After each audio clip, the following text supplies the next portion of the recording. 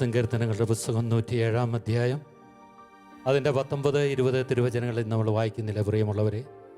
അപ്പോൾ തങ്ങളുടെ കഷ്ടതയിൽ അവർ കർത്താവിനെ നിലവിളിച്ചപേക്ഷിച്ചു. അവിടുന്ന് അവരെ ഞെരുക്കങ്ങളിൽ നിന്ന് രക്ഷിച്ചു. അവിടുന്ന് തൻ്റെ വചനമയച്ച് അവരെ സൗഖ്യമാക്കി, വിനാശത്തിൽ നിന്ന് വിടുവിച്ചു. Hallelujah, hallelujah. പ്രിയമുള്ളവരെ, ദൈവത്തിൻ്റെ വചനം ചെയ്യുന്ന ഒരു വ്യക്തിയുടെ ജീവിതത്തിൽ, ഒരു കുടുംബത്തിൻ്റെ മേൽ, ഒരു പ്രതിസന്ധിയുടെ മേൽ ദൈവത്തിൻ്റെ വചനം എപ്രകാരമാണ് പ്രവർത്തിക്കുന്നതെന്ന് സങ്കീർത്തനങ്ങളിലൂടെ പരിശുദ്ധാത്മാവ് നമ്മളെ ഓർമ്മപ്പെടുത്തിയ. ഇന്ന് അനേകരും ഞെരുക്കങ്ങളിലായിരിക്കുന്നത്. എന്നാൽ ഞെരുക്കങ്ങളിൽ നിലവിളിച്ച് പ്രാർത്ഥിക്കുമ്പോൾ ദൈവം തൻ്റെ വചനം അയച്ച് നമ്മളെ സൗഖ്യപ്പെടുത്തുന്നു, നമ്മുടെ വിനാശങ്ങൾ എടുത്തു നീക്കുന്നു, എല്ലാവിധ തകർച്ചകളെയും എടുത്തു നീക്കി വചനത്തിൻ്റെ അത്ഭുത അഭിഷേക ശക്തിയാൽ നമ്മളെ രൂപാന്തരപ്പെടുത്തുകയാണ്. പ്രിയമുള്ളവരെ, ആ വചനത്തിൻ്റെ മുമ്പിൽ നമ്മുടെ ഹൃദയം തുറന്ന്, കർത്താവേ, ഈ വചനമയച്ച് എന്നെയും നീ വിടുവിക്കണമേ, എന്നെയും നീ രക്ഷിക്കണമേ, എന്നെയും നീ സുഖപ്പെടുത്തണമേ എന്ന വലിയ പ്രാർത്ഥനയോടുകൂടി ദൈവ തിരുവചനത്തിൻ്റെ മുമ്പിലായിരിക്കാൻ നമുക്ക് ശ്രദ്ധിക്കാം. പ്രിയപ്പെട്ടവരെ, ഈ സെക്ഷനിൽ ദൈവവചനത്തിൻ്റെ അത്ഭുതകരമായ അഭിഷേകത്തിലേക്കും അതിൻ്റെ ശക്തിയിലേക്കും നമ്മളെ നയിക്കുവാൻ ദൈവത്തിൻ്റെ പരിശുദ്ധാത്മാവ് നമുക്ക് വേണ്ടി കൂട്ടിക്കൊണ്ടുവന്നിരിക്കുന്ന ബഹുമാനപ്പെട്ട സിസ്റ്റർ ടെസിൻ ആൻഡ്രൂസ് ആണ്. MSMI സഭാ അംഗമാണ് സിസ്റ്റർ. ഈ കഴിഞ്ഞ കാലഘട്ടങ്ങളിൽ അതിശക്തമായ രീതിയിൽ ദൈവത്തിൻ്റെ പരിശുദ്ധാത്മാവ് കേരളം മുതൽ ലോകത്തിൻ്റെ അറ്റം വരെ എടുത്തുയർത്തിയൊരു ജീവിതമാണ്. പ്രിയപ്പെട്ടവരെ, അനേകർക്ക് ആത്മീയ അറിവ് പകർന്നു നൽകുവാൻ, വഴിയറിയാതെ നിന്ന് അനേക ദൈവജനത്തിന് ദൈവത്തിൻ്റെ വഴി കാണിച്ചു കൊടുക്കുവാൻ പരിശുദ്ധാത്മാവിൻ്റെ പ്രത്യേകമായ അഭിഷേകം ലഭിച്ച സിസ്റ്ററെയാണ് ഇന്ന് കർത്താവ് കൂട്ടിക്കൊണ്ടുവന്നിരിക്കുന്നത്. സിസ്റ്റർ ഇപ്പോൾ NRC ധ്യാന കേന്ദ്രം കുളത്തുവേലിൻ്റെ ധ്യാനങ്ങളുടെ പ്രോഗ്രാം കോർഡിനേറ്ററായിട്ട് ശുശ്രൂഷ ചെയ്തുകൊണ്ടിരിക്കുകയാണ്. നമുക്ക് വലിയ ആദരവോടെ ഹൃദയം തുറന്ന് കർത്താവിൻ്റെ വചനത്തിനു വേണ്ടി നമുക്ക് കാതോർക്കാം.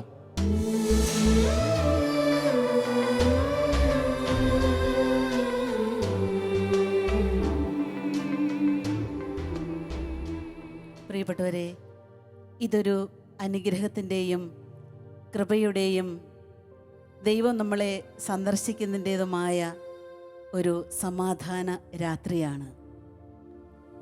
അനേകര് ഈ രാത്രിക്ക് വേണ്ടി, ഈ ദിനത്തിന് വേണ്ടി കാത്തിരിപ്പുണ്ട്. ഈശോയൊന്ന് കാണാനും കേൾക്കാനും അനുഭവിക്കുവാനും അവിടുന്ന് തരുന്ന സമാധാനം അനുഭവിക്കുവാനും ഒക്കെയായി. നമുക്ക് തുടർന്ന് വരുന്ന വചന മണിക്കൂറിനെ കർത്താവിൻ്റെ കരങ്ങളിലേക്ക് തന്നെ കൊടുക്കാം. അവിടുന്ന് തൻ്റെ വചനം അയച്ചാണ് തൻ്റെ പ്രിയപ്പെട്ടവരെ സുഖപ്പെടുത്തുന്നതും അനുഗ്രഹിക്കുന്നതും കൃപകളാൽ നിറയ്ക്കുന്നതും. കർത്താവിൻ്റെ വചനത്തിന് മുൻപിൽ നമുക്ക് നമ്മളെ തന്നെ എളിമയോടെ സമർപ്പിക്കുമ്പോൾ ആ വചനത്തിൻ്റെ പ്രകാശം നമ്മളിലേക്ക് വീശുന്നത് അതിശക്തമായി പരിശുദ്ധാത്മാവിൻ്റെ പ്രവർത്തനത്തിലൂടെയാണ്.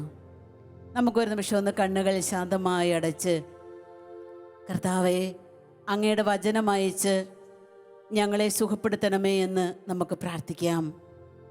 കർത്താവേ, ഈ രാത്രിയിൽ അങ്ങയുടെ കൃപകൾക്ക് വേണ്ടി ഞങ്ങൾ കാതോർക്കുന്നു. ഞങ്ങളുടെ ഹൃദയം അങ്ങയുടെ സൗഖ്യത്തിനായി ഞങ്ങൾ സമർപ്പിക്കുന്നു. തളർന്നിരിക്കുന്ന ഞങ്ങളുടെ മനസ്സുകൾക്ക് ബലം വേണം കർത്താവേ.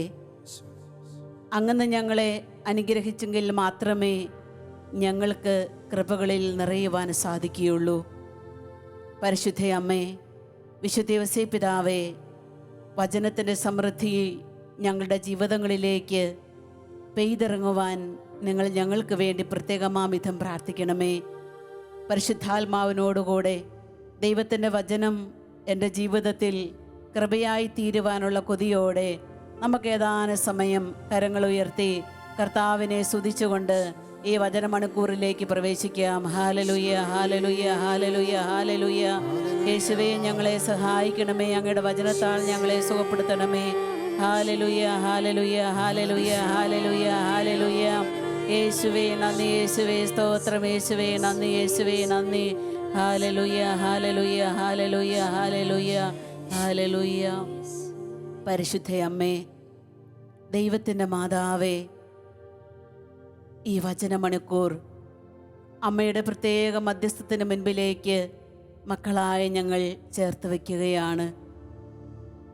വചനം അമ്മ ഹൃദയത്തിലും ഉദരത്തിലും സ്വീകരിച്ച് അനുഗ്രഹീതയായല്ലോ. കൃപ നിറഞ്ഞ മാതാവേ, കൃപയുടെ മണിക്കൂറിന് വേണ്ടി അമ്മ പ്രാർത്ഥിക്കണമേ. വളരെ പ്രത്യേകിച്ച് കണ്ണുനീരിൻ്റെയും ദുഃഖത്തിൻ്റേതുമായ താഴ്വരയിൽ അലയുന്ന അമ്മയുടെ പൊന്നുമക്കളെ അമ്മ കണ്ട് അമ്മയുടെ തിരുപ്പത്തൻ്റെ പക്കൽ സമർപ്പിക്കണമേ. പരിശുദ്ധ അമ്മയോട് ചേർന്ന് എൻ്റെ അമ്മേ, നല്ല അമ്മേ, എനിക്ക് വേണ്ടി പ്രാർത്ഥിക്കണമേ എന്നുള്ള യാചനയോടെ നമുക്ക് ഈരടികൾ പാടി പ്രാർത്ഥിക്കാം. എന്തു നല്ലമ്മ എന്നോടേ അമ്മ, എനിക്കും ഈശോയ്ക്കും ഒരേ അമ്മ. എന്തു നല്ലമ്മ എന്നോടേ അമ്മ, എനിക്കും ഈശോയ്ക്കും ഒരേ അമ്മ. എന്തു നല്ലമ്മ എന്നോടേ അമ്മ, എനിക്കും ഈശോയ്ക്കും ഒരേ അമ്മ. പരിശുദ്ധ അമ്മേ, അമ്മയുടെ വലിയ മാധ്യസ്ഥം ഈ മണിക്കൂറിൽ ഞങ്ങൾക്ക് ലഭിക്കുവാൻ ഞങ്ങൾ പ്രാർത്ഥിക്കുന്നു. നന്മ നിറഞ്ഞ മറിയമേ സ്വസ്തി, കർത്താവ് അങ്ങയുടെ കൂടെ സ്ത്രീകളിൽ അങ്ങ് അനുഗ്രഹിക്കപ്പെട്ടവളാകുന്നു. അങ്ങയുടെ ഉദരത്തിൻ ഫലമായി ഈശോ അനുഗ്രഹിക്കപ്പെട്ടവനാകുന്നു. പരിശുദ്ധ മറിയമേ തമ്പുരാന്റെ അമ്മേ, പാപികളാ ഞങ്ങൾക്ക് വേണ്ടി ഇപ്പോഴും ഞങ്ങളുടെ മരണസമയത്തും തമ്പുരാനോട് അപേക്ഷിക്കണമേ. ആമേൻ. പിതാവിൻ്റെയും പുത്രൻ്റെയും പരിശുദ്ധാത്മാവിൻ്റെയും നാമത്തിൽ ആമേൻ. ഈശോ മിശിഹായ്ക്ക് സ്തുതിയായിരിക്കട്ടെ. സ്തുതിയായിരിക്കട്ടെ. യേശുവിൽ പ്രിയപ്പെട്ടവരെ, കർത്താവിൻ്റെ വചനം കേൾക്കുവാൻ കൊതിയോടെ നമ്മൾ ആയിരിക്കുന്ന ഇടങ്ങളിൽ ഒത്തുചേർന്നിരിക്കുകയാണല്ലോ. നമുക്ക് കർത്താവിൻ്റെ തിരുവെഴുത്ത് ധ്യാനിക്കാം. സങ്കീർത്തന പുസ്തകങ്ങൾ 71 അധ്യായം 5 തിരുവെഴുത്തിൽ ഇപ്രകാരം നമ്മൾ കാണുന്നുണ്ട്: കർത്താവേ, അങ്ങാണ് എൻ്റെ പ്രത്യാശ, ചെറുപ്പം മുതലേ അങ്ങാണ് എൻ്റെ ദൈവം. നമുക്കൊന്ന് മനസ്സിൽ ഈ തിരുവചനം ഏറ്റുപറയാം. സങ്കീർത്തന പുസ്തകം 71 അധ്യായം 5 തിരുവെഴുത്ത്: കർത്താവേ, അങ്ങാണ് എൻ്റെ പ്രത്യാശ, ബാല്യം മുതലേ അങ്ങാണ് എൻ്റെ ദൈവം. ദൈവത്തിൽ പ്രത്യാശ വച്ചിരിക്കുന്ന മനുഷ്യൻ ഭാഗ്യവാനാണ്. പക്ഷേ നമ്മുടെ ചുറ്റോട് ചുറ്റും നമ്മൾ കണ്ണോടിക്കുമ്പോൾ പ്രത്യാശ തരുന്നതൊന്നും ഒരു പക്ഷേ കാണുവാനും കേൾക്കുവാനും നമുക്ക് സാധിച്ചുവെന്ന് വരികയില്ല. പ്രത്യേകിച്ച് ഈ നാളുകളായി, ഈ വർഷങ്ങളിലായി ഒരുപാട് സംഘർഷങ്ങളിലൂടെ നമ്മളൊക്കെ മുൻപോട്ട് പൊയ്ക്കൊണ്ടിരിക്കുകയാണ്. എവിടെ നോക്കിയാലും രോഗം, മരണം, യുദ്ധം, അപകടം, അല്ലെങ്കിൽ മറ്റൊരു രീതിയിലുള്ള കലാപങ്ങൾ, ഇങ്ങനെ ഒരുപാട് അസ്വസ്ഥതകൾ നമ്മുടെ ചുറ്റും വലിയ മതിൽ തീർത്തിരിക്കുകയാണ്. ഇതിനിടയിലാണ് നമ്മൾ പറയേണ്ടത്, നമ്മൾ പ്രാർത്ഥിക്കേണ്ടത്, നമ്മൾ ചിന്തിക്കേണ്ടത്: ചെറുപ്പം മുതലേ അങ്ങാണ് എൻ്റെ ദൈവം, അങ്ങയിലാണ് ഞാൻ പ്രത്യാശ വച്ചിരിക്കുന്നത്. ദൈവത്തിൽ പ്രത്യാശയില്ലാത്ത ഒരാൾക്ക് ഈ ഒരു കാലഘട്ടത്തിൽ ഇങ്ങനെ പറയുവാനായിട്ട് സാധ്യമല്ല. ഈ കഴിഞ്ഞ ദിവസം ഒരു സഹോദരൻ എന്നെ ഫോൺ വിളിച്ചിട്ട് പറഞ്ഞു: സിസ്റ്റേ, ഈ ലോകം എങ്ങോട്ടാണ് പോകുന്നത്? എന്തു പറ്റി? ദൈവം എന്താ നമ്മുടെ പ്രാർത്ഥനകളൊന്നും കേൾക്കാത്തത്? എന്നിട്ട് എന്നോട് ചോദിച്ചു, എന്തിയെ സിസ്റ്റേ, നമ്മുടെ വചനപ്രഘോഷകരൊക്കെ എല്ലാവരും ഇവിടെ പോയി? ഞാൻ പറഞ്ഞു, സഹോദര, എല്ലാവരും ഇവിടെ തന്നെയുണ്ട്. പക്ഷേ ഈ പ്രത്യാശയുടെ കാലയളവിൽ കർത്താവിൻ്റെ സന്നിധിയിൽ ഇരിക്കുവാനുള്ള വലിയ വിളിയാണ്, ആഹ്വാനമാണ് കർത്താവ് എല്ലാ വചനപ്രഘോഷകർക്കും കൊടുത്തേക്കുന്നത്. അവിടെ ഞാൻ പറഞ്ഞു, ഞാനും ഇവിടെയുണ്ട്, ഞാനും കർത്താവിൻ്റെ അടുത്തുണ്ട്, ഞാനും പരിശുദ്ധ സക്രാരിയുടെ അടുത്തുണ്ട്. പ്രിയപ്പെട്ടവരെ, എല്ലാവരും ഈ ഭൂമുഖത്തുണ്ട്. കുറേ പേരൊക്കെ മൺമറിഞ്ഞു പോയി. ഈ ഒരു കാലയളവ് വിശ്വാസത്തിൽ പദമൂന്നി പ്രത്യാശയോടെ സ്വർഗത്തിലേക്ക് നോക്കാനായിട്ടുള്ള മണിക്കൂറുകളും ദിവസങ്ങളും മാസങ്ങളും വർഷങ്ങളുമൊക്കെയാണ് നമ്മുടെ കൺമുൻപിലുള്ളത്. ഇന്നലെ വൈകുന്നേരം ഒരു സഹോദരി എന്നെ ഫോൺ വിളിച്ചിട്ട് പറഞ്ഞു, ഉറങ്ങാനായിട്ട് സാധിക്കുന്നില്ല. ഞാൻ ചോദിച്ചു, എന്ത് പറ്റി? സിസ്റ്റർ, എൻ്റെ വീട് ഹൈവേക്കടുത്താണ്. വൈകുന്നേരം മുതൽ അല്ലെങ്കിൽ പ്രഭാതം മുതൽ എപ്പോഴാണെങ്കിലും ശരി ആംബുലൻസിൻ്റെ ശബ്ദം കേട്ട് എൻ്റെ മനസ്സ് വളരെ നിരാശയിലേക്ക് പോയിരിക്കുകയാണ്. ഓരോ സെക്കൻഡിലും എത്രയോ ആംബുലൻസാണ് ഈ റോഡിലൂടെ കടന്നു പോകുന്നത്. ഓരോ ജീവനെയും കൊണ്ടുള്ള ഓട്ടമാണത്. സിസ്റ്ററെ, മനസ്സിനൊരു പ്രതീക്ഷയില്ലാത്തതുപോലെ, എൻ്റെ പ്രത്യാശ നഷ്ടപ്പെട്ടതുപോലെ സിസ്റ്റർ പ്രത്യേകം പ്രാർത്ഥിക്കണം, ഉറങ്ങാനായിട്ട് സാധിക്കുന്നില്ല എന്ന്. യേശുവിൽ പ്രിയപ്പെട്ട സഹോദരി സഹോദരന്മാരെ, ഇത്തരത്തിലുള്ള നമ്മുടെ വിശ്വാസത്തെ ചലഞ്ച് ചെയ്യുന്ന രീതിയിലുള്ള സംഘർഷങ്ങൾ, സംഘടനകൾ ഓരോ കാലങ്ങളിലും ഉണ്ടായിക്കൊണ്ടിരിക്കും. എല്ലാ പ്രശ്നങ്ങളും അവസാനിപ്പിച്ചിട്ട് പ്രത്യാശയോടെ പ്രതീക്ഷയോടെ ദൈവത്തെങ്കിലേക്ക് നോക്കാനായിട്ട് നമുക്ക് സാധിക്കുകയില്ല. അതുകൊണ്ട് നമ്മുടെ പ്രതീക്ഷ, നമ്മുടെ പ്രത്യാശ ദൈവത്തിലാണെങ്കിൽ മാത്രമേ ഈ വലിയ പ്രതിസന്ധിയുടെ കാലയളവിൽ നമുക്ക് വേണ്ടവണ്ണം പിടിച്ചു നിൽക്കുവാനായിട്ട് സാധിക്കുകയുള്ളൂ. കഴിഞ്ഞ മാസം ഫോൺ വിളിച്ച ഒരു സഹോദരൻ എന്നോട് പറഞ്ഞു, സിസ്റ്ററെ, ഭാര്യയും 3 മക്കളും അടങ്ങുന്നതാണ് എൻ്റെ കുടുംബം. എൻ്റെ ഭാര്യ നേഴ്സാണ്, അവൾക്ക് കോവിഡ് പിടിച്ചു. അതുകൊണ്ട് കഴിഞ്ഞ ദിവസമാണ് മനസ്സിലാക്കിയത്. വീട്ടിൽ 3 പിള്ളേരോടും എന്നോടും വളരെ അടുത്ത് ഇടപഴകി ആശുപത്രിയിലാണിപ്പോൾ. സിസ്റ്റർ പ്രത്യേകം പ്രാർത്ഥിക്കണം, എനിക്കും കുഞ്ഞുങ്ങൾക്കും ഈ രോഗം പിടിപെട്ടിട്ടുണ്ടോ എന്ന് അറിയില്ല. ഞാൻ പറഞ്ഞു, പ്രത്യാശയോടെ ആയിരിക്ക്, പ്രതീക്ഷയോടെ ആയിരിക്ക്, കർത്താവിൻ്റെ സന്നിധിയിൽ നിലവിളിക്ക്. നമുക്ക് ചെയ്യുവാനുള്ളത് നമ്മൾ ചെയ്തു കഴിയുമ്പോൾ പ്രിയപ്പെട്ടവരെ, നമുക്ക് വേണ്ടുന്നത് നമ്മുടെ ദൈവം ചെയ്തുകൊള്ളും. ഞാൻ ഫോണിലൂടെ ആ സഹോദരന് വേണ്ടി പ്രാർത്ഥിച്ചു, കുഞ്ഞുങ്ങൾക്ക് വേണ്ടി പ്രാർത്ഥിച്ചു. ഒരാഴ്ച കഴിഞ്ഞപ്പം ആ സഹോദരൻ വീണ്ടും തിരിച്ചു വിളിച്ചിട്ട് നന്ദി പറഞ്ഞു. സിസ്റ്റേ, ഞങ്ങൾക്ക് പിള്ളേർക്കും എനിക്കും കിട്ടിയിട്ടില്ല, ഭാര്യയ്ക്ക് മാത്രമേ ഉള്ളൂ, ദൈവത്തിൻ്റെ ഒരു ഇടപെടൽ എന്ന് പറഞ്ഞ് ആ സഹോദരൻ പ്രതീക്ഷയോടെ പ്രത്യാശയോടെ തൻ്റെ കുടുംബത്തെ ദൈവതർക്കരങ്ങൾ കൊടുത്ത് ജീവിതത്തിലേക്ക് വീണ്ടും ഇറങ്ങുകയാണ്.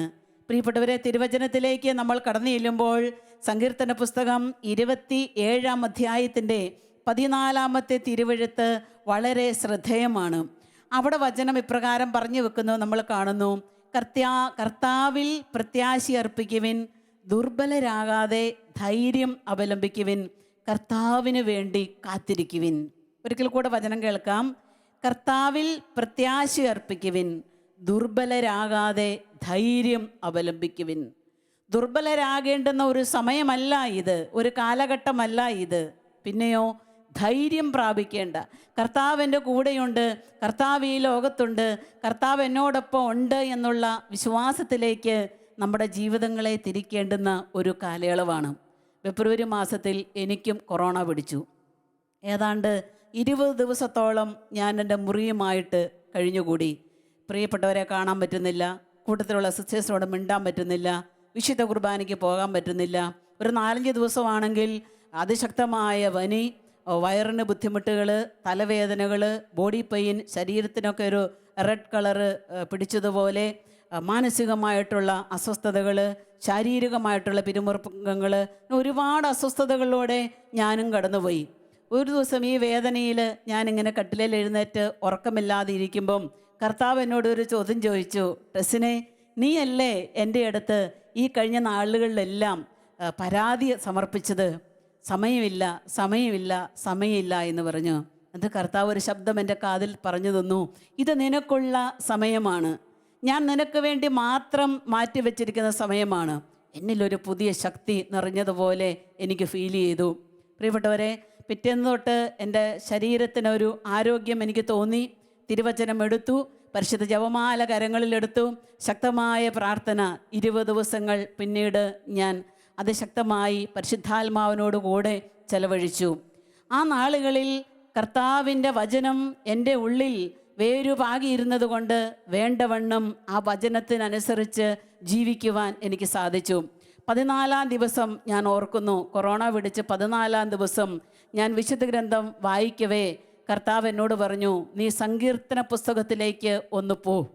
അങ്ങനെ ഞാൻ സങ്കീർത്തന പുസ്തകത്തിലേക്ക് പോയി. എൻ്റെ കൃത്യം എൻ്റെ മുൻപിൽ വചനമെടുത്തതേ കർത്താവ് കൊണ്ടുവന്ന തിരുവചനം 38 അധ്യായം 11 തിരുവചനമാണ്. എൻ്റെ സുഹൃത്തുക്കളും എൻ്റെ കൂട്ടുകാരും മഹാമാരി നിമിത്തം എന്നിൽ നിന്ന് അകന്നിരിക്കുന്നു, എന്നാൽ എൻ്റെ പ്രത്യാശ കർത്താവിലാണ്. തിരുവെഴുത്ത് സങ്കീർത്തനം 38 അധ്യായം 11 തിരുവചനം. എൻ്റെ സുഹൃത്തുക്കളും കൂട്ടുകാരും മഹാമാരി നിമിത്തം എന്നിൽ നിന്ന് മാറിയിരിക്കുന്നു. എൻ്റെ മുറിയിലേക്ക് ഒരു മനുഷ്യർ പോലും വരികയില്ല. എങ്ങാനും പുറത്തിറങ്ങിയെങ്കിൽ എല്ലാവരും നമ്മളെ കണ്ടു ഓടി മറിയും. ഇവിടെ ഒരു വല്ലാത്ത ഒരു അനുഭവമായിരുന്നു അത്. തിരുവചനം, ഈ വചനം കർത്താവ് എൻ്റെ ഹൃദയത്തിൽ തന്ന് ഒരുപാട് കാര്യങ്ങളിലൂടെ എൻ്റെ ആത്മാവിനെ കർത്താവ് ആ ദിവസങ്ങളിൽ നയിച്ചത് നന്ദിയോടെ ഓർക്കുകയാണ്. വചനത്തിനകത്തൊരു പ്രകാശമുണ്ട്, വചനത്തിനകത്തൊരു ശക്തിയുണ്ട്. ഈ വചനമാണ് ഏത് വലിയ വേദനകളിലും കഷ്ടതകളിലും നഷ്ടതകളിലും പിടിച്ചു നിൽക്കുവാൻ നമുക്ക് ധൈര്യം നൽകുന്നത്. എന്തുകൊണ്ടാണ് എൻ്റെ പ്രിയപ്പെട്ടവരെന്നെ എൻ്റെ അരിയിൽ നിന്നും മാറി നിൽക്കുന്നത്? എന്നോട് ഇഷ്ടമില്ലാഞ്ഞിട്ടല്ല, സ്നേഹമില്ലാഞ്ഞിട്ടല്ല, ഈ മഹാമാരി നിമിത്തം. നോക്ക്, എത്രയോ വർഷങ്ങൾക്ക് മുൻപ് കർത്താവ് ഈ തിരുവചനം ഈ തിരുവഴുത്തിൽ ചേർത്ത് വെച്ചു. എന്നിൽ നിന്ന് എൻ്റെ പ്രിയപ്പെട്ടവർ അകന്നു നിൽക്കുന്ന ഒരു സമയം. പ്രിയപ്പെട്ടവരെ, ഈ കാലയളവിൽ ഇത് പൊട്ടിപ്പുറപ്പെട്ടാലും തമ്പുരാൻ്റെ ഹൃദയത്തിൽ അനാദിയിലെ ഈ ഒരു സംഭവം, ഈ ഒരു മഹാമാരി ചേർത്ത് വെച്ചിട്ടുണ്ടായിരുന്നുവെന്ന് എൻ്റെ കണ്ണുകൾക്ക് കർത്താവ് അത് കാണാനുള്ള പ്രകാശം തന്നു. എന്നിൽ നിന്ന് എല്ലാവരും മാറി നിൽക്കുന്ന ഒരു സമയം, ഞാൻ ഏകയായിരിക്കുന്ന ഒരു സമയം. അവിടെ എന്നെ മുന്നോട്ട് കൊണ്ടുപോകുവാൻ എൻ്റെ കർത്താവ് മാത്രമേ ഉള്ളൂ. നിങ്ങളുടെ കർത്താവ് മാത്രമേ ഉള്ളൂ നമുക്ക് പ്രതീക്ഷയും പ്രത്യാശയും നൽകുന്ന ഏകയാള്. അതുകൊണ്ടാണ് 65 അധ്യായത്തിൽ 5 തിരുവഴുത്തിൽ നമ്മൾ വീണ്ടും കാണുന്നത്, ഭൂമി മുഴുവൻ്റെയും വിദൂര സമുദ്രങ്ങളുടെയും പ്രത്യാശ കർത്താവേ അങ്ങിൽ തന്നെയാണല്ലോ. ഭൂമി മുഴുവൻ്റെയും വിദൂര സമുദ്രങ്ങളുടെയും പ്രത്യാശ കർത്താവേ അങ്ങിലാണല്ലോ. ഈ ഭൂമുഖത്തിൻ്റെ പ്രത്യാശ, സമുദ്രങ്ങളുടെ പ്രത്യാശ, മനുഷ്യരുടെ പ്രത്യാശ, പ്രിയപ്പെട്ടവരെ, ദൈവത്തിൽ മാത്രമേ ഉള്ളൂ. വേറെ ഒന്നിലും നമുക്ക് പ്രത്യാശ വയ്ക്കുവാനായിട്ടില്ല. വെച്ചെങ്കിൽ തന്നെ അത് നമ്മളിൽ നിന്ന് കർത്താവ് എടുത്തുകൊണ്ട് പോകുന്ന ഒരവസ്ഥയാണ് കാണാനുള്ളത്. കഴിഞ്ഞ ആഴ്ച ബാംഗ്ലൂരിൽ നിന്ന് ഒരു സഹോദരി ഫോൺ വിളിച്ചു. ഒരുപാട് ഫോണുകൾ ഈ നാളുകളിൽ വരുന്നുണ്ട് മധ്യസ്ഥ പ്രാർത്ഥനയ്ക്ക് വേണ്ടിയിട്ടാണ്. ഈ ഫോണെല്ലാം അറ്റൻഡ് ചെയ്ത് സക്രാരിക്ക് മുൻപിലിരുന്ന് അവർ ഓരോരുത്തരെയും സമർപ്പിച്ച് പ്രാർത്ഥിച്ച് അനേകര സൗഖ്യത്തിലേക്ക് പോകുന്നത് കാണുവാനും കർത്താവ് ഭാഗ്യം തന്നിട്ടുണ്ട്. ആ സഹോദരി കരഞ്ഞുകൊണ്ട് പറഞ്ഞു, സിസ്റ്റർ, എനിക്ക് 2 പിള്ളേരാണുള്ളത്. ഭർത്താവ് നേരത്തെ മരിച്ചുപോയി. ഒരു കൊച്ച് ബധിരനാണ്, മൂകനാണ്, അവനൊന്നും മേല, സംസാരിക്കാനും പറ്റത്തില്ല. അവന് പ്രിയപ്പെട്ട സിസ്റ്ററെ കൊറോണ പിടിച്ചു. അവിടെ സിസ്റ്ററെ അവന് കരയുന്നതാണോ അല്ലെങ്കിൽ എന്താണ് അവൻ്റെ തിക്കുമുട്ട് എന്ന് അവന് പറയാനാവില്ലല്ലോ. എൻ്റെ കൊച്ചിങ്ങനെ വല്ലാത്ത രീതിയിലുള്ള വിഷമം പ്രകടിപ്പിക്കുന്നത് കണ്ടിട്ട് എനിക്ക് ചങ്ക് തകരുകയാണ്. സിസ്റ്റർ, ഒന്ന് പ്രത്യേകം എൻ്റെ കുഞ്ഞിന് വേണ്ടി പ്രാർത്ഥിക്കാവോ? അവന് കേൾക്കത്തില്ല എങ്കിൽ ഞാൻ ലൗഡ് സ്പീക്കറിൽ വെക്കുകയാണ്. സിസ്റ്റർ, ഒന്ന് പ്രത്യേകം പ്രാർത്ഥിക്കാമോ? ആ അമ്മ എന്നിട്ട് എന്നോട് പറഞ്ഞു, സിസ്റ്റർ, എൻ്റെ കുഞ്ഞിൻ്റെ രോഗം എനിക്ക് തന്നാൽ മതിയായിരുന്നു. കൊറോണ ബാധിച്ച് അങ്ങട്ടത്തോളം എത്തിയിരിക്കുന്ന, മിണ്ടാൻ മേലാത്ത, സംസാരിക്കാനാവാത്ത ഈ കുഞ്ഞിൻ്റെ സങ്കടം കണ്ട്, ആത്മപ്രകാശനത്തിന് കഴിവില്ലാത്ത തൻ്റെ കുഞ്ഞിൻ്റെ ദുഃഖം കണ്ട് അമ്മയുടെ മാതൃഹൃദയം പിടയുകയാണ്. പ്രിയ സഹോദരങ്ങളെ, അന്ന് വൈകുന്നേരം കർത്താവിൻ്റെ സന്നിധിയിലിരുന്ന് ഞാൻ ഈ കുടുംബത്തെ സമർപ്പിച്ച് പ്രാർത്ഥിച്ചു. അന്ന് കർത്താവ് എന്നോട് പറഞ്ഞു, ഈ തിരുവചന ഭാഗം നീ വിളിച്ചിട്ട് ആ അമ്മയ്ക്ക് പറഞ്ഞു കൊടുക്കണം. തിരുവചന ഭാഗം ഇതായിരുന്നു. സങ്കീർത്തന പുസ്തകത്തിൻ്റെ 41 അധ്യായത്തിൻ്റെ 3 തിരുവെഴുത്ത്. കർത്താവ് അവന് കിടക്കയിൽ ആശ്വാസമരുളും, കർത്താവ് അവന് രോഗശാന്തി നൽകി അവനെ അനുഗ്രഹിക്കും. അവൻ്റെ കിടക്കയിൽ കർത്താവ് അവനെ ആശ്വസിപ്പിക്കും. ബധിരനും മൂകനുമായ കുഞ്ഞിൻ്റെ ആശ്വാസം കർത്താവായിരുന്നു. ഞാൻ ഫോൺ വിളിച്ച് ആ സഹോദരിയോട് പറഞ്ഞു, ഈ വചനം ആ കുഞ്ഞിൻ്റെ ശിരസിൽ കരങ്ങൾ വെച്ച് പ്രതീക്ഷയോടുകൂടി ഒന്ന് ആവർത്തിച്ച് ചൊല്ലി പ്രാർത്ഥിക്കാമോ? ഞാൻ എവിടെ ഇരുന്ന് പ്രാർത്ഥിക്കാം? പ്രിയ സഹോദരങ്ങളെ, ദൈവം ആ മകളുടെ വിശ്വാസത്തിൻ്റെ ആഴം വർദ്ധിപ്പിച്ചു കൊടുത്തു. ഏതാണ്ട് 8 ദിവസമായപ്പോഴേക്കും ആ കുഞ്ഞ് ജീവനിലേക്ക് കുറേശ്ശേയും പ്രവേശിച്ചു.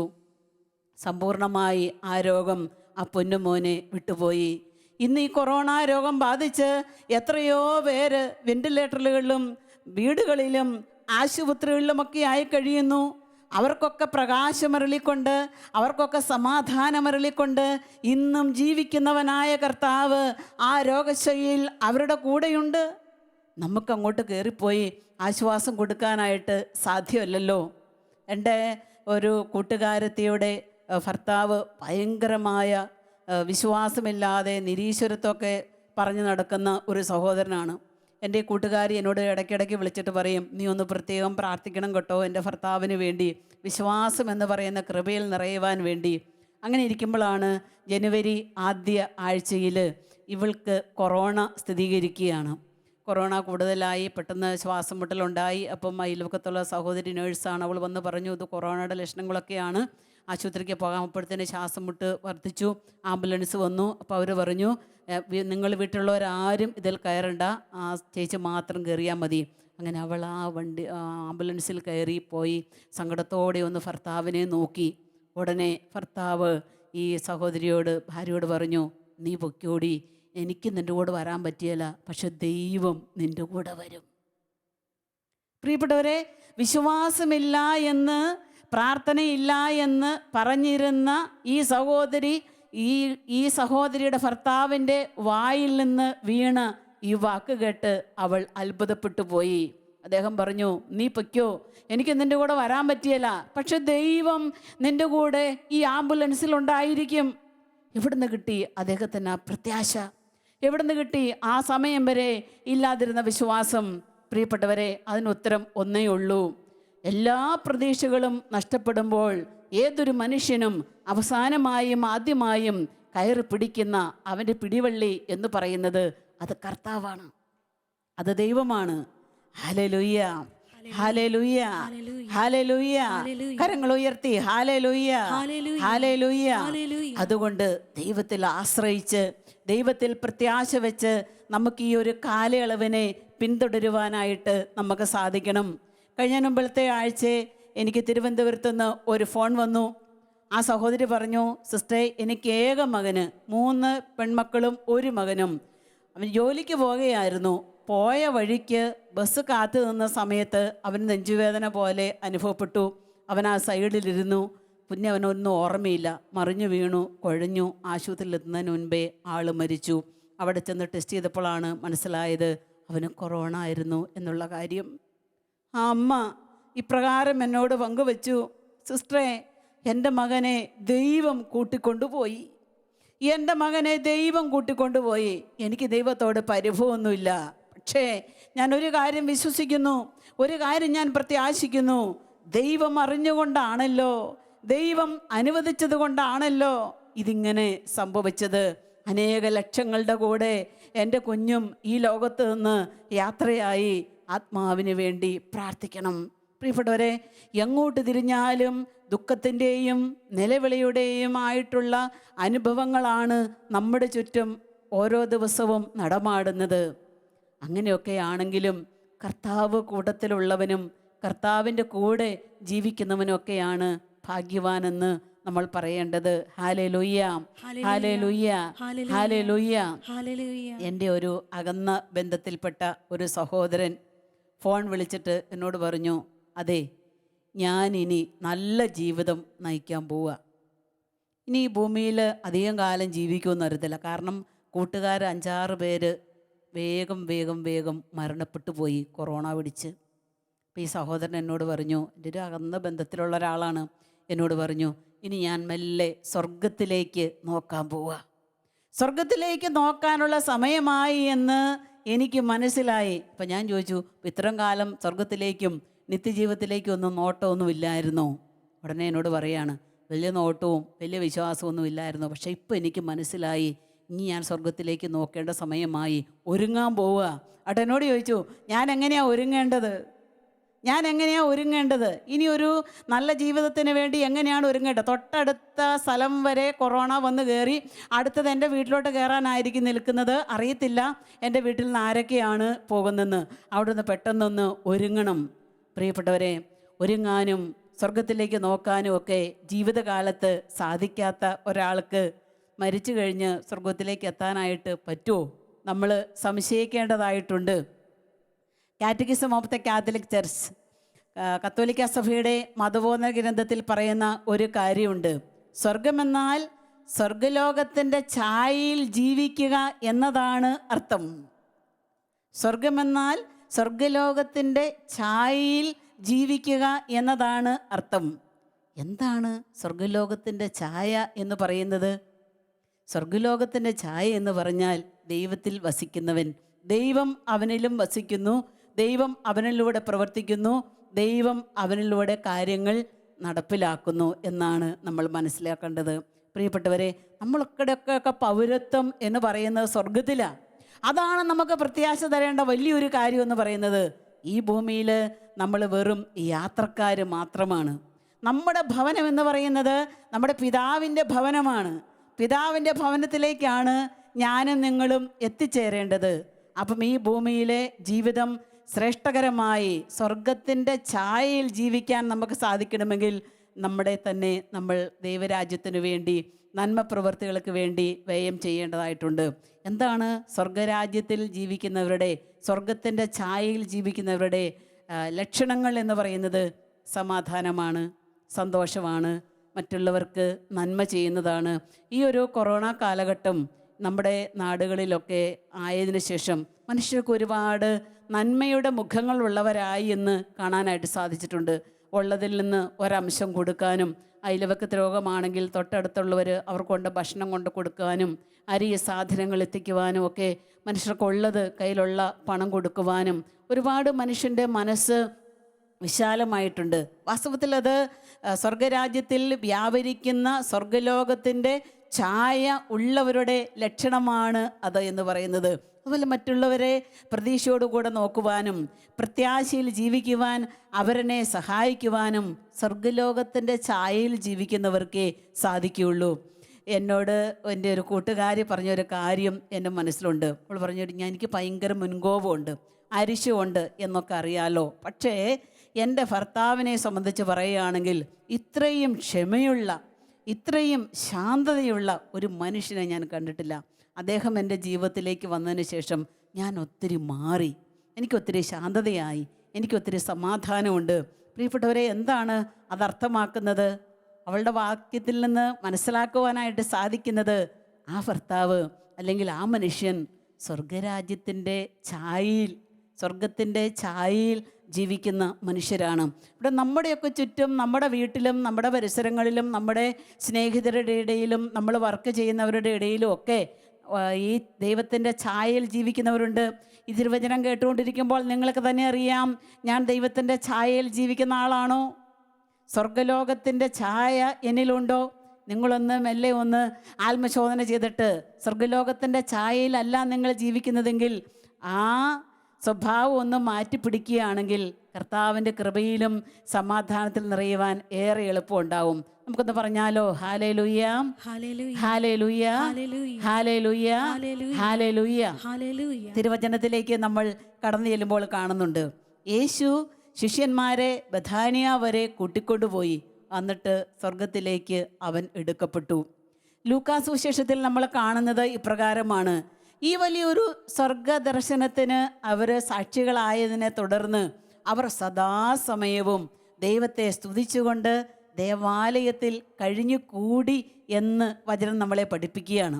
സദാസമയവും ദൈവത്തെ സ്തുതിച്ചുകൊണ്ട് ദേവാലയത്തിൽ അവരായിരിക്കുന്നു എന്ന് വെച്ചാൽ ദൈവത്തോട് കൂടെ ആയിരിക്കുന്ന, ദൈവം എൻ്റെ ഒപ്പമുണ്ട് എന്നുള്ള അവസ്ഥയിൽ വസിക്കുന്ന ആ ഒരു അനുഭവമാണ് ദൈവത്തിൻ്റെ ഭവനത്തിലായിരിക്കുക, ദൈവത്തെ സ്തുതിച്ചുകൊണ്ട് ജീവിക്കുക എന്നുള്ളതൊക്കെ അർത്ഥമാക്കുന്നത്.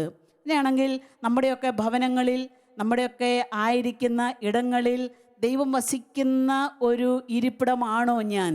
എൻ്റെ ഹൃദയം, എൻ്റെ വാക്ക്, എൻ്റെ ചെയ്തികൾ, എൻ്റെ സംസാരങ്ങൾ, എൻ്റെ എല്ലാ പ്രകടനങ്ങളും പ്രിയപ്പെട്ടവരെ നമുക്കൊന്ന് ചിന്തിച്ച് നോക്കുന്നത് വളരെ നല്ലതാണ്. ദൈവത്തിൻ്റെ സാന്നിധ്യത്തിൽ വസിക്കുന്നവൻ സ്വർഗത്തെ ലക്ഷ്യമാക്കി ജീവിക്കുന്നവനാണ്. ഈ ഭൂമിയിൽ നമ്മൾ കരുതി വെച്ചതെല്ലാം നമുക്ക് കൈമോശം വരും കേട്ടോ. എത്രയോ പേര് എത്രയോ പെട്ടെന്ന് സമ്പാദിച്ച് വെച്ചതെല്ലാം ഇട്ടിട്ട് സെക്കൻഡും കൊണ്ട് കടന്നു പോകുന്നത് നമ്മൾ കണ്ടുകൊണ്ടിരിക്കുകയാണ്, നേർക്കാഴ്ചയാണ്. ഡൽഹിയിൽ നിന്ന് എനിക്കൊരു ഫോൺ വന്നു.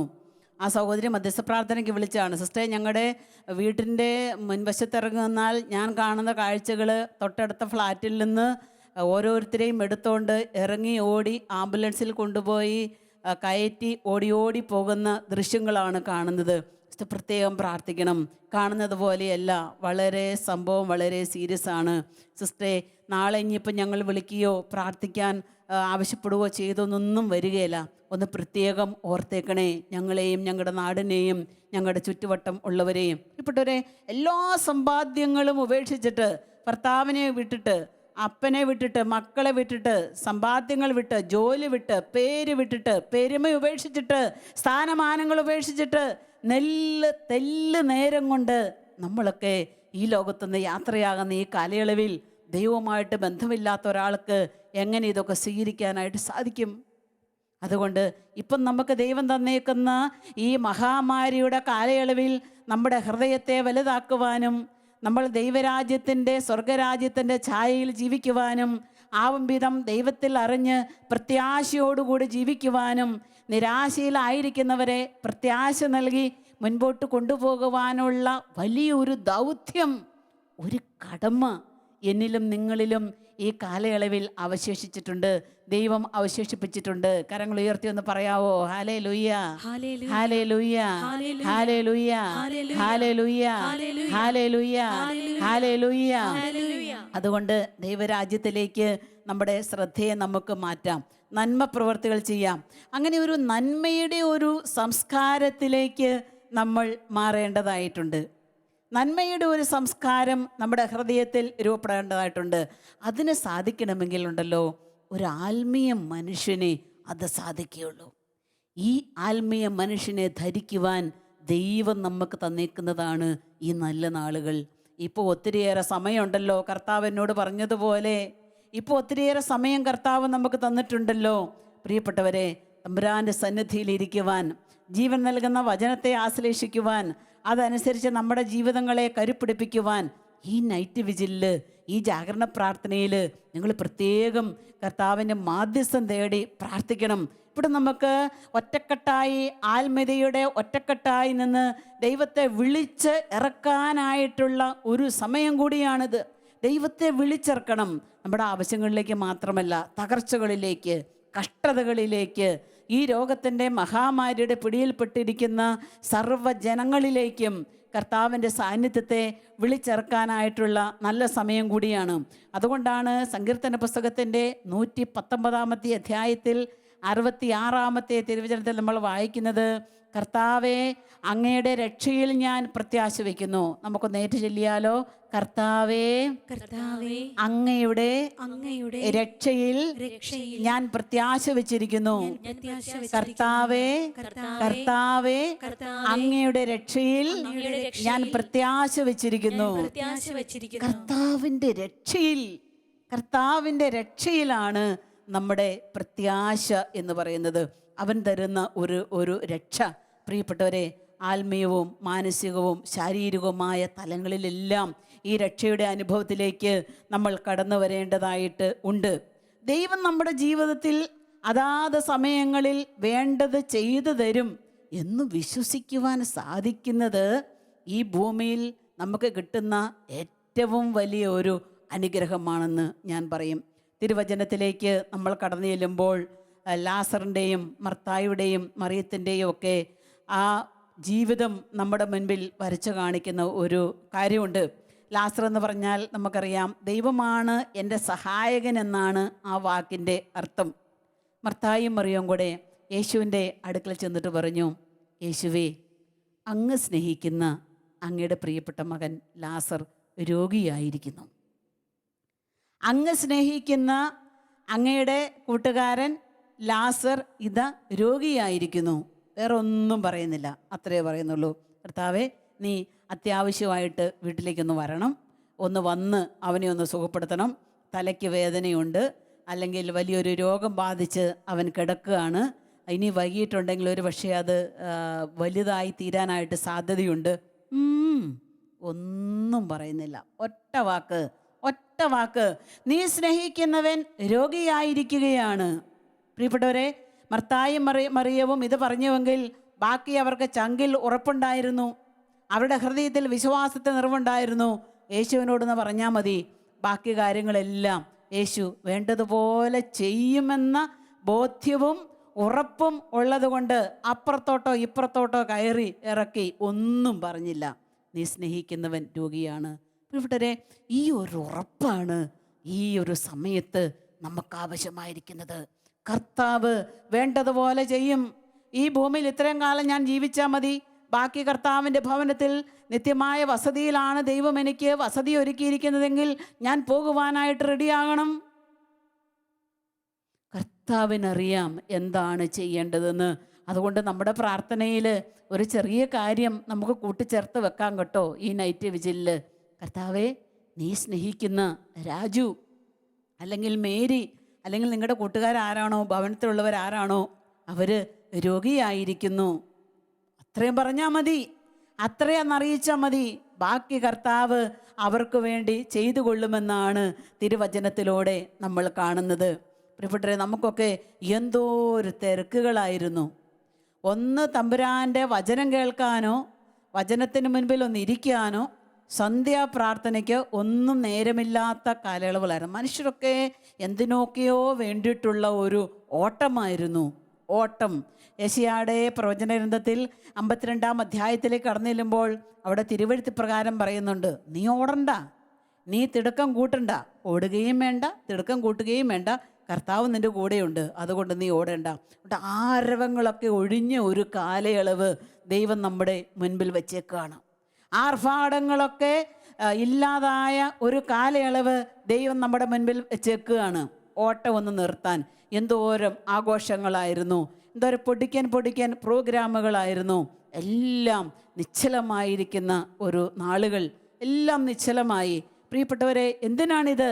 ഇവിടെ നമ്മുടെ മനസ്സിനെ ഒന്ന് തണുപ്പിക്കാനാണ്, ആരവങ്ങളിൽ നിന്ന് ഒന്ന് ഉയരാനാണ്, എൻ്റെ ആത്മാവിൽ എനിക്ക് വളർച്ച പ്രാപിക്കാനാണ്, മനസ്സിൽ എനിക്ക് പ്രത്യാശയിൽ ഉറച്ച് ദൈവത്തിൻ്റെ പക്കലേക്ക് എൻ്റെ കണ്ണുകൾ ഉറപ്പിക്കാനായിട്ടുള്ള ഒരു സമയമാണ്.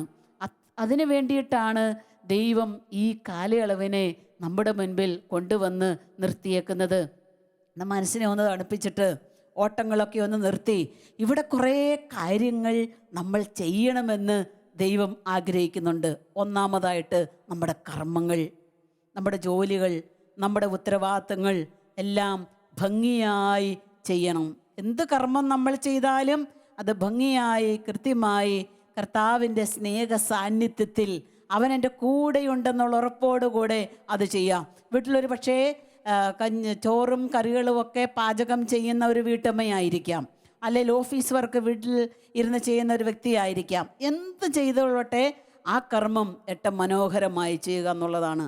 രണ്ടാമത്തെ കാര്യം എന്ന് പറയുന്നത് വചനമാർഗം പിന്തുടരുവാനായിട്ടുള്ള സമയമാണ് ഇത്. കർത്താവിൻ്റെ വചനം എടുത്താൽ മാത്രം പോരാ, വായിക്കണം. എന്തെല്ലാം കാര്യങ്ങൾ അതിനകത്ത് പറഞ്ഞിട്ടുണ്ട്. ഇപ്പോൾ നമ്മുടെ കൺമുൻപിൽ കാണുന്ന, നമ്മൾ കണ്ടുകൊണ്ടിരിക്കുന്ന, സാക്ഷ്യം വഹിക്കുന്ന ഈ കാലങ്ങളെക്കുറിച്ചെല്ലാം തിരുവെഴുത്തിൽ പറഞ്ഞു വെച്ചിട്ടുണ്ട്. ഇത് നമ്മൾ അറിയുകയാണെങ്കിൽ ഇതൊന്നും നിരാശരാക്കി നമ്മളെ മാറ്റുകയല്ല, പ്രത്യാശയുള്ളവരാക്കി വീണ്ടും ഉയർന്ന് ജീവിക്കുവാനായി ദൈവം നമ്മളെ ശക്തിപ്പെടുത്തും. അതുകൊണ്ട് പരിശുദ്ധ അമ്മയെപ്പോലെ വചനം ഹൃദയത്തിൽ സംഗ്രഹിച്ച് പ്രവൃത്തിപഥത്തിൽ കൊണ്ടുവരുവാനായിട്ടുള്ള ഒരു നല്ല നാളുകളാണ് ദൈവം നമുക്ക് തന്നേക്കുക. മൂന്നാമത്തത് സ്നേഹമാർഗമാണ്. എന്താണ് സ്നേഹമാർഗം? എല്ലാവരെയും സ്നേഹിച്ച് എല്ലാവർക്കും ഒപ്പമായിരുന്ന് എല്ലാ പ്രവൃത്തികളിലൂടെയും ദൈവത്തിങ്കിലേക്ക്, സ്വർഗത്തിലേക്ക് എത്തിച്ചേരുക. ഇതാണ് സ്നേഹമാർഗം എന്ന് പറയുന്നത്. എല്ലാവരോടും കൂടെ ആയിരിക്കുക. ഏത് പ്രവൃത്തി ചെയ്താലും അത് സ്വർഗത്തെ ലക്ഷ്യമാക്കി ചെയ്യുന്നു. ദൈവത്തിന് വേണ്ടി ഞാൻ ചെയ്യുന്നു, സ്നേഹമായി കുടുംബത്തോടൊപ്പം, മക്കളോടൊപ്പം, ദൈവത്തോടൊപ്പം ആയിരിക്കുവാനായിട്ടുള്ള ഒരു സമയമാണ് ദൈവം നമ്മുടെ കൺമുൻപിൽ കൊണ്ടുവന്ന് തന്നേക്കുന്നത്. അതുകൊണ്ട് ജാഗരൂകതയോടെ നമുക്ക് ഈ 3 മാർഗങ്ങളിലേക്ക് നമ്മുടെ ജീവിതങ്ങളെ തിരിക്കേണ്ടതായിട്ടുണ്ട്. ജാഗരൂകതയോടുകൂടെ, ശ്രദ്ധയോടുകൂടെ ഈ കാലയളവിൽ നമ്മുടെ ജീവിതങ്ങളെ കർത്താവിനായി സമർപ്പിക്കേണ്ടതായിട്ടുണ്ട്. ഒരു സഹോദരി ഈ കഴിഞ്ഞ ദിവസം ഫോൺ വിളിച്ച് പ്രാർത്ഥനാ സഹായം ചോദിച്ചപ്പം ഒരു കാര്യം എന്നോട് പറഞ്ഞു. സിസ്റ്ററെ, അപ്പച്ചൻ കൊറോണ പിടിച്ച് മരിച്ചുപോയി, എൻ്റെ ആങ്ങള കൊറോണ പിടിച്ച് മരിച്ചുപോയി, ഇനി ഞങ്ങളുടെ വീട്ടിൽ അവശേഷിക്കുന്ന ഞങ്ങൾ ഏതാനും പേരും കൂടെയുണ്ട്, ഒന്ന് പ്രത്യേകം പ്രാർത്ഥിക്കണം. സ്വർഗരാജ്യത്തിൽ അവരെ എത്തിച്ചേരുവാൻ, ഈ ഭൂമിയിലെ അവരുടെ എല്ലാ കുറവുകളും നികത്തി കർത്താവിൻ്റെ അരികത്ത് എത്താനുള്ള കൃപയ്ക്ക് വേണ്ടി. ഞങ്ങൾ നല്ലൊരു ഫാമിലിയാണ്, സമാധാനത്തോടെ ജീവിക്കുന്നവരാണ്. കർത്താവ് അവരെ വിളിച്ചുകൊണ്ട് പോയതിൽ പിണക്കമൊന്നുമില്ല. ഇനി ഞങ്ങൾക്കും ആ രാജ്യത്ത്, ആ ദേശത്ത്, പിതാവിൻ്റെ ഭവനത്തിൽ എത്തിച്ചേരേണ്ടതായിട്ടുണ്ട്. പ്രത്യാശയോടുകൂടെ, പ്രതീക്ഷയോടുകൂടെ അതുകൊണ്ട് മുൻപോട്ട് പോകുവാൻ ഞങ്ങൾക്ക് വേണ്ടി പ്രാർത്ഥിക്കണമേ എന്ന് അവർ പറഞ്ഞത് എൻ്റെ മനസ്സിൽ കിടക്കുകയാണ്. യേശുവിനെ ചുറ്റിപ്പറ്റി യേശുവിനോട് കൂടെ ജീവിച്ച് യേശുവിനെ പോലെ ആയിത്തീരുക. ഞങ്ങളുടെ സ്ഥാപക പിതാവ് ബഹുമാനപ്പെട്ട മോൺസിഞ്ഞോർ CJ വർക്കിച്ചൻ ഞങ്ങളോട് എപ്പോഴും പറയുന്ന ഒരു കാര്യമായിരുന്നു അത്. സമാധാനമായ സ്നേഹത്തിൻ്റെ കർമ്മങ്ങൾ ചെയ്യുവാൻ യേശുവിനെ ചുറ്റിപ്പറ്റിയുള്ള ഒരു ജീവിതം, ആ ഒരു ജീവിതം നന്നായി നമ്മൾ തുടരുകയാണെങ്കിൽ കർത്താവിനോടൊപ്പം നമുക്ക് എത്തിച്ചേരാനായിട്ട് സാധിക്കും. പ്രിയപ്പെട്ടവരെ, അതുപോലെ ഈ സ്നേഹകർമ്മങ്ങൾ അതിൻ്റെ പൂർണ്ണതയിൽ ചെയ്യുവാൻ നമുക്ക് സാധിക്കണമെങ്കിൽ പാപം ഉപേക്ഷിക്കേണ്ടതായിട്ടുണ്ട്. എന്തോ ഈ ഒരു കാലയളവിലും ദൈവത്തെ ചോദ്യം ചെയ്യുന്ന മനുഷ്യരെ കണ്ടുമുട്ടി ഞാൻ.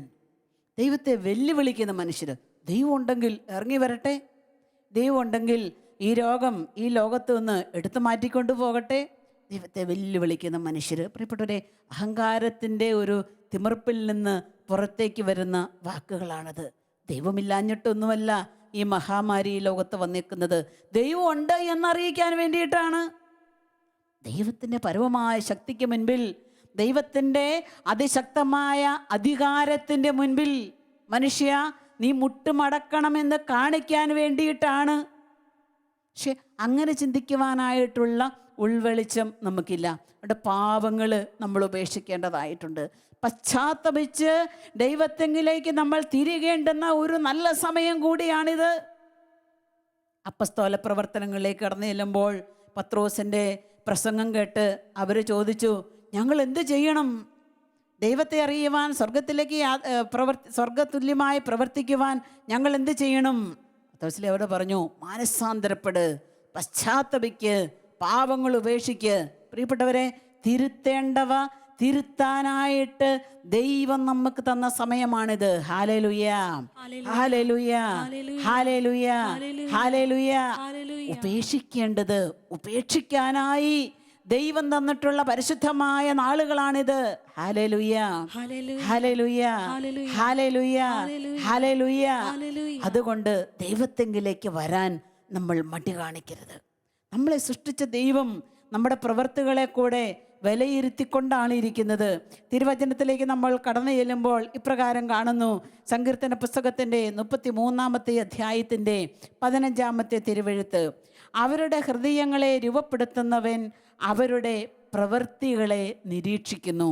വചനം ഏറ്റു പറഞ്ഞാലോ, അവരുടെ ഹൃദയങ്ങളെ രൂപപ്പെടുത്തുന്നവൻ അവരുടെ പ്രവൃത്തികളെ നിരീക്ഷിക്കുന്നു. നമ്മുടെ പ്രവൃത്തികളെ നിരീക്ഷിച്ചുകൊണ്ടാണ് ദൈവം ഇരിക്കുന്നത്. നമ്മുടെ പ്രവൃത്തികളെ ദൈവം നിരീക്ഷിച്ചുകൊണ്ടാണ് ഇരിക്കുന്നത്. പ്രിയപ്പെട്ടവരെ, പാപം തരുന്ന സുഖം നമുക്കറിയാം.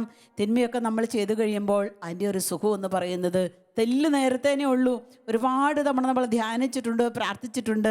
പക്ഷേ പ്രവൃത്തിപഥത്തിലേക്ക് വരുമ്പോഴോ നമ്മൾ പരാജിതരായി പോകുന്നു എന്നുള്ളതാണ്. വീണ്ടും തിരുവചനത്തിലേക്ക് കടന്നു ചെല്ലുമ്പോൾ നമ്മൾ കാണുന്നു, 34-ാം അധ്യായത്തിൻ്റെ 4-ാമത്തെ തിരുവെഴുത്തിൽ പ്രകാരം കാണുന്നു, തിന്മയിൽ നിന്ന് അകന്ന് നന്മ ചെയ്യുക, സമാധാനം തേടി അതിനെ പിന്തുടരുക. ഏതിനെ? നന്മയെ പിന്തുടരുക.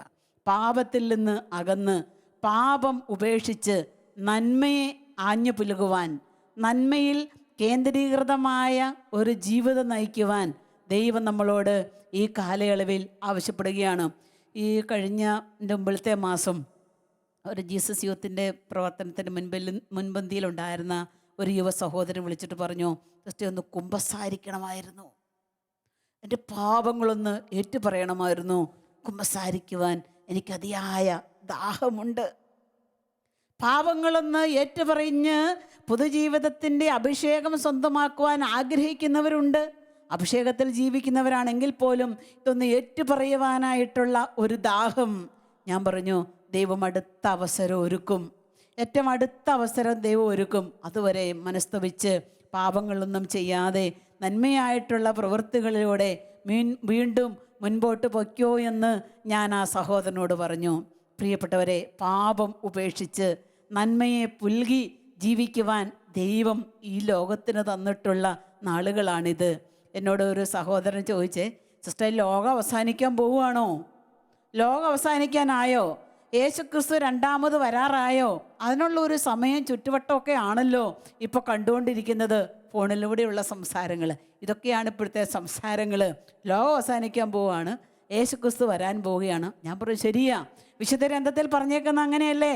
കാലത്തിൻ്റെ അടയാളങ്ങൾ വ്യാഖ്യാനിക്കുക. പ്രിയപ്പെട്ടവരെ, ഒരുക്കത്തിൻ്റെ കാലയളവ് തന്നെയാണ്. എൻ്റെ ജീവിതം ദൈവത്തിൻ്റെയും മനുഷ്യരുടെയും മുൻപിൽ പ്രീതികരമായി ഞാൻ ജീവിക്കുക. എപ്പോൾ എന്തു സംഭവിച്ചാലും അപ്പോൾ എന്നെ സംബന്ധിച്ച് അത് പ്രശ്നമല്ലാതായിത്തീരും. പ്രിയപ്പെട്ടവരെ, അതുകൊണ്ട് ലോകം അവസാനിക്കാൻ പോവാണോ എന്നുള്ളതല്ല പ്രശ്നം. യേശുക്രിസ്തു രണ്ടാമതും വരാനുള്ള സമയമായോ എന്നുള്ളതുമല്ല പ്രശ്നം. എൻ്റെ ആത്മീയ ജീവിതത്തിൽ വേണ്ട പരിവർത്തനം വരുത്തുക എന്നുള്ളതാണ് നമ്മുടെയൊക്കെ ആവശ്യം എന്ന് പറയുന്നത്. കരങ്ങൾ ഉയർത്തി എന്ന് പറയാവോ? ഹല്ലേലൂയ, ഹല്ലേലൂയ, ഹല്ലേലൂയ,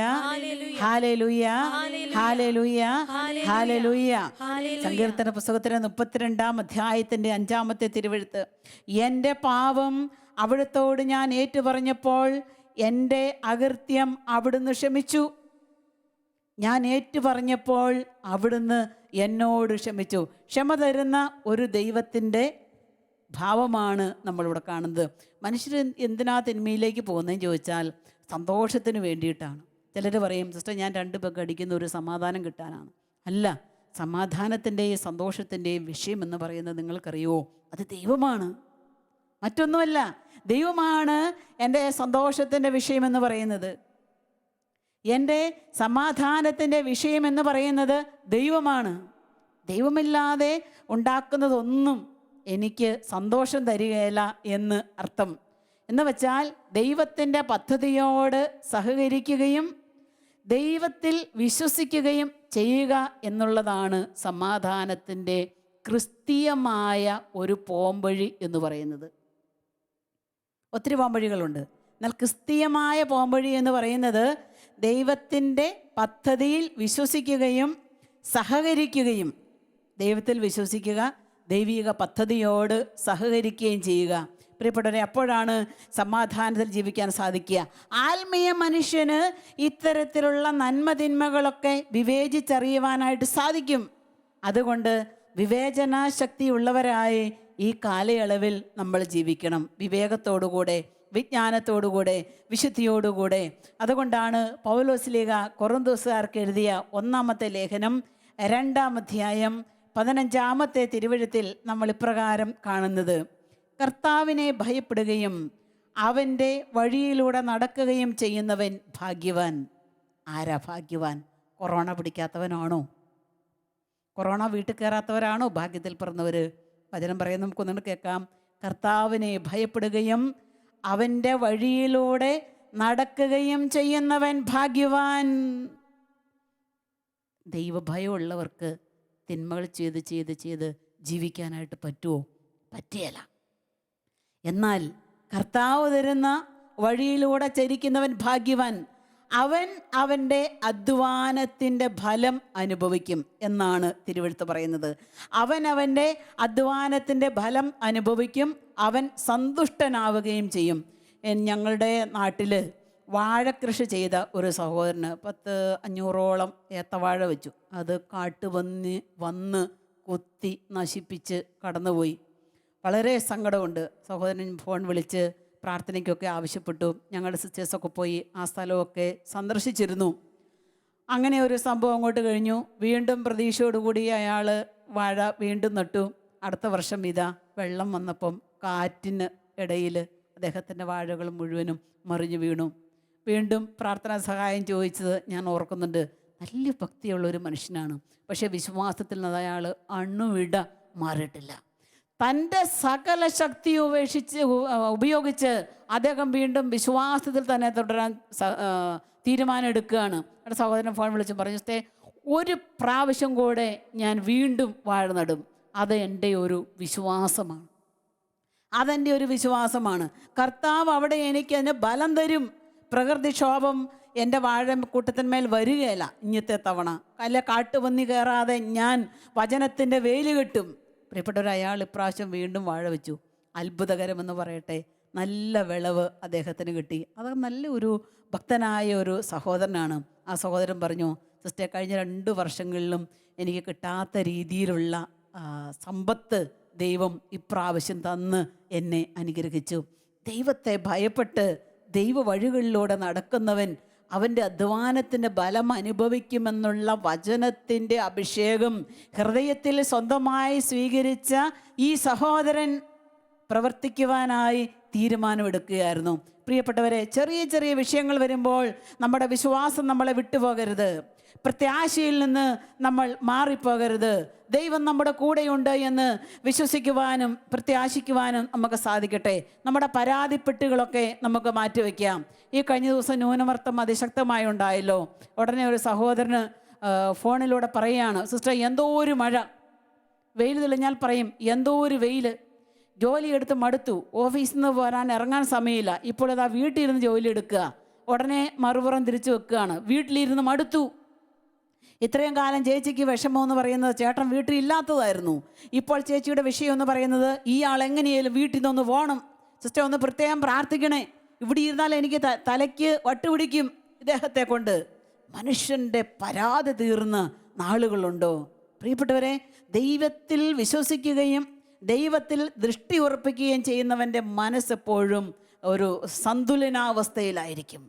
അവന് എന്തിലും ഏതിലും സംതൃപ്തി കാണാനായിട്ട് സാധിക്കും. അത് ദൈവം തന്നതാണ്.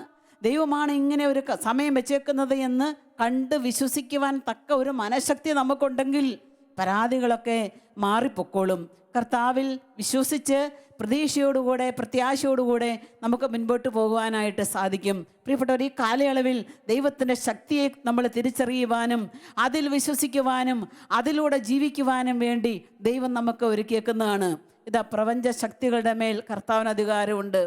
അവരുടെ ശിഷ്യന്മാർ തോണിയിൽ യാത്ര ചെയ്ത് പോകവേ കാറ്റിൽ അലയപ്പെട്ട അവർ വിളിച്ച് അപേക്ഷിച്ചു, കർത്താവെ, ഞങ്ങളിവിടെ നശിക്കുവാണ്, ഞങ്ങളെ സഹായിക്കണമേ. കർത്താവ് അവരെ സഹായിച്ചു. പ്രിയപ്പെട്ടവരെ, വചനത്തിൻ്റെ ഒരു ശക്തി നമ്മുടെ ഹൃദയങ്ങളിൽ നിറയുവാൻ നമ്മളെ തന്നെ കർത്താവിൻ്റെ കരങ്ങളിൽ കൊടുക്കണം. വിശപ്പിൻ്റെ തളർച്ച അനുഭവപ്പെട്ട ജനത്തെ തീറ്റിപ്പോറ്റുവാൻ വേണ്ടി കർത്താവ് 5 അപ്പത്തെ 5000 ആക്കി അവരുടെ കയ്യിൽ കൊടുത്തു. നമുക്ക് വേണ്ടി ഇടപെടുന്ന ഒരു ദൈവമുണ്ട്. അതിന് ആ സമയത്തിൻ്റെ പൂർണ്ണതയിൽ ദൈവം നമുക്ക് വേണ്ടി ഇടപെടും. ഈ കാലഘട്ടത്തിൽ ദൈവം ഇടപെടാൻ വേണ്ടിയിട്ടാണ് നിങ്ങൾ ഓരോരുത്തരും പ്രാർത്ഥിക്കേണ്ടത്. Hallelujah, hallelujah. ദൈവത്തെ വിളിച്ചിറക്കാൻ വേണ്ടിയിട്ടുള്ള ഒരു സമയമാണ്. നമ്മുടെ ഭവനങ്ങളിൽ ഇരുന്ന് ഒരുമിച്ച് കൂട്ടായ്മയിൽ ദൈവത്തെ വിളിച്ചിറക്കി ഈ ലോകത്തിലേക്ക് കൊണ്ടുവരണം. ഇവിടെ നടക്കുന്ന ബുദ്ധിമുട്ടുകളെയും പ്രയാസങ്ങളെയും കർത്താവിൻ്റെ ശ്രദ്ധയിലേക്ക് പെടുത്തുവാനുള്ള ഒരു ദൗത്യം ദൈവം നമുക്ക് തന്നിട്ടുണ്ട്. ദൈവം ഇടപെടും.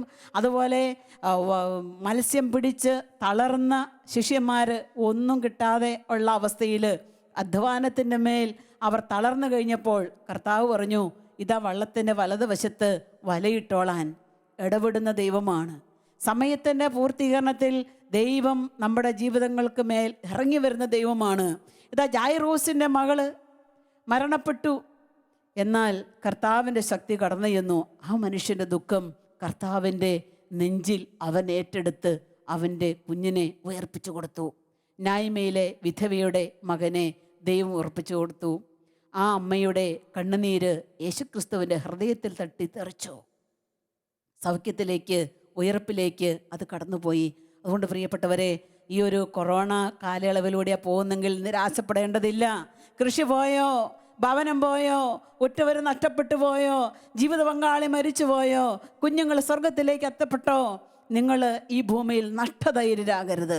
വിശ്വാസത്തോടെ, പ്രതീക്ഷയോടെ, പ്രത്യാശയോടെ ഉയർന്നു നിൽക്കുവാൻ നിങ്ങൾക്ക് സാധിക്കണം.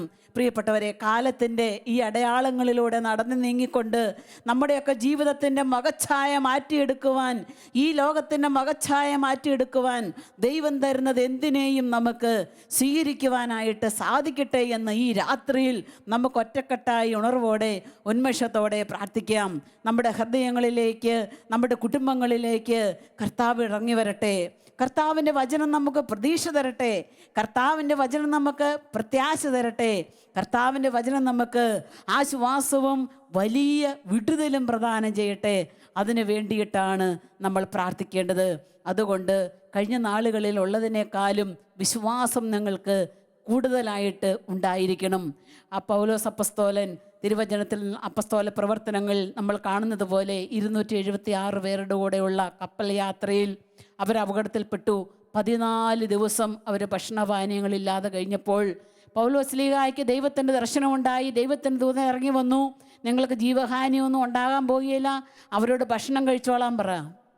പൗലോസ്ലീഹ ഇപ്രകാരം അവരോട് പറഞ്ഞു, സഹോദരന്മാരെ, ഞാൻ വിശ്വസിക്കുന്ന എൻ്റെ ജീവൻ്റെ ഉടയവനായ ദൈവം എന്നോട് പറഞ്ഞത് ഇവിടെ സംഭവിക്കും. അതുകൊണ്ട് നിങ്ങൾ ഭക്ഷണം കഴിക്ക്, പ്രതീക്ഷയോടുകൂടെ ആയിരിക്കുക, പ്രത്യാശയോടുകൂടി മുന്നേറ് എന്ന് പറഞ്ഞ് അവരെ ധൈര്യപ്പെടുത്തിയ സ്ലീഹായെ നമ്മൾ കാണുന്നുണ്ട്. പ്രിയപ്പെട്ടവരെ, ദൈവത്തിൽ പ്രത്യാശ വയ്ക്കുന്നവൻ ഭാഗ്യവാൻ. തിരുവചനത്തിലേക്ക് വീണ്ടും നമുക്ക് കടന്നു വരാം. കർത്താവേ, ബാല്യം മുതലേ അങ്ങൻ്റെ ദൈവം, ഞാൻ അങ്ങയിൽ പ്രത്യാശ വെച്ചിരിക്കുന്നു, ഞാൻ ജീവിക്കും. എൻ്റെ ലോകം കർത്താവിന് വേണ്ടി കാതോർക്കും. കർത്താവിന് വേണ്ടി കാത്തിരിക്കുന്ന ലോകത്തിൻ്റെ മേൽ ദൈവത്തിൻ്റെ അനുഗ്രഹം പെയ്തിറങ്ങും. നമുക്കതിനു വേണ്ടി പ്രാർത്ഥിക്കാം. നമുക്കെല്ലാവർക്കും ഒരു നിമിഷം ഒന്ന് കണ്ണുകൾ അടച്ച് ആയിരിക്കുന്ന ഇടങ്ങളിൽ തന്നെ ഇരുന്ന് ഈ തിരുവചനത്തിൻ്റെ അഭിഷേകം, കേട്ട വചനത്തിൻ്റെ ശക്തി നമ്മുടെ ഹൃദയങ്ങളിൽ നിറയുന്നതിനായി നമുക്ക് പ്രാർത്ഥിക്കാം.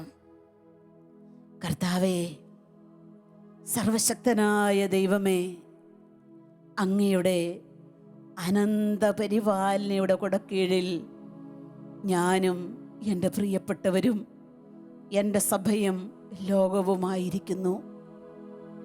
ഈശോയെ, അങ്ങേക്ക് വേണ്ടി കാത്തിരുന്ന് അങ്ങയുടെ വഴിയിലൂടെ നടന്ന് തളരാതെ മുൻപോട്ട് പോകുവാനുള്ള ശക്തി എനിക്ക് അവിടുന്ന് തരണമേ.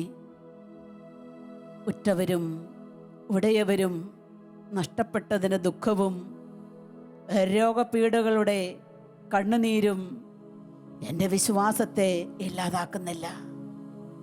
എൻ്റെ പ്രത്യാശയ്ക്ക് അതൊന്നും മങ്ങലേൽപ്പിക്കുന്നില്ല. കാരണം ദൈവത്തിലാണ് എൻ്റെ ഈ ജീവിതത്തിൻ്റെ പ്രത്യാശ മുഴുവനും ഞാൻ വെച്ചിരിക്കുന്നത്. യേശുവേ, യേശുവേ, തിരുനാമത്തിൻ്റെ ശക്തിയിൽ അങ്ങ് ഈ ലോകത്തിലേക്ക് വരണമേ. എൻ്റെ ഭവനത്തിൽ അവിടുന്ന് വന്ന് നിറയണമേ. എൻ്റെ സമൂഹത്തിൽ അവിടുന്ന് വന്ന് നിറയണമേ. ഒത്തിരി സ്നേഹത്തോടെ പ്രതീക്ഷയുള്ള, പ്രത്യാശയുള്ള ഒരു ജനതതി കർത്താവിൻ്റെ സന്നിധിയിൽ രൂപപ്പെടുന്നവാൻ വിശ്വാസത്തോടെ, പ്രത്യാശയോടെ പ്രാർത്ഥിച്ചുകൊണ്ട് നമുക്ക് ഈശോയൊന്ന് സ്തുതിക്കാം. ഹാലലുയ, ഹാലലുയ, ഹാലലുയ. യേശുവേ സ്തോത്രം, യേശുവേ സ്തോത്രം, യേശുവേ നന്ദി. ഹാലലുയ, ഹാലലുയ, ഹാലലുയ, ഹാലലുയ.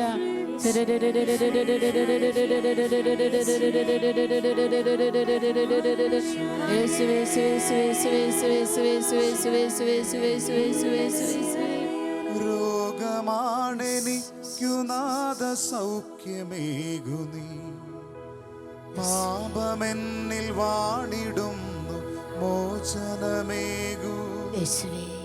രോഗമാണെനിക്കു നാഥ സൗഖ്യമേകുനി, പാപമെന്നിൽ വാണിടുന്നു മോചനമേകൂ. അന്ധകാരമാണെനിക്കു ചുറ്റും ദൈവമേ, ബന്ധനത്തിൽ നിന്നെനിക്കു രക്ഷയേകണേ. യേശുവേ വരണമേ, രക്ഷകാ വരണമേ. ഒന്ന് ചേർന്ന് പാടി പ്രാർത്ഥിച്ചാലോ? യേശുവേ വരണമേ, രക്ഷകാ വരണമേ.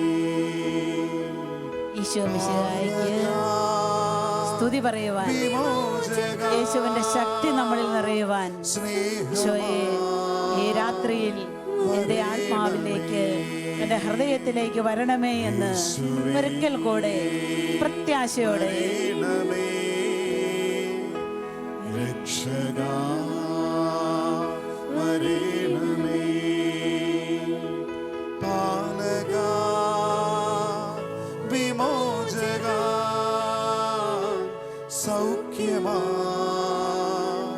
വരണമേ. ഈശോ മിശിഹായിക്ക് സ്തുതിയായിരിക്കട്ടെ.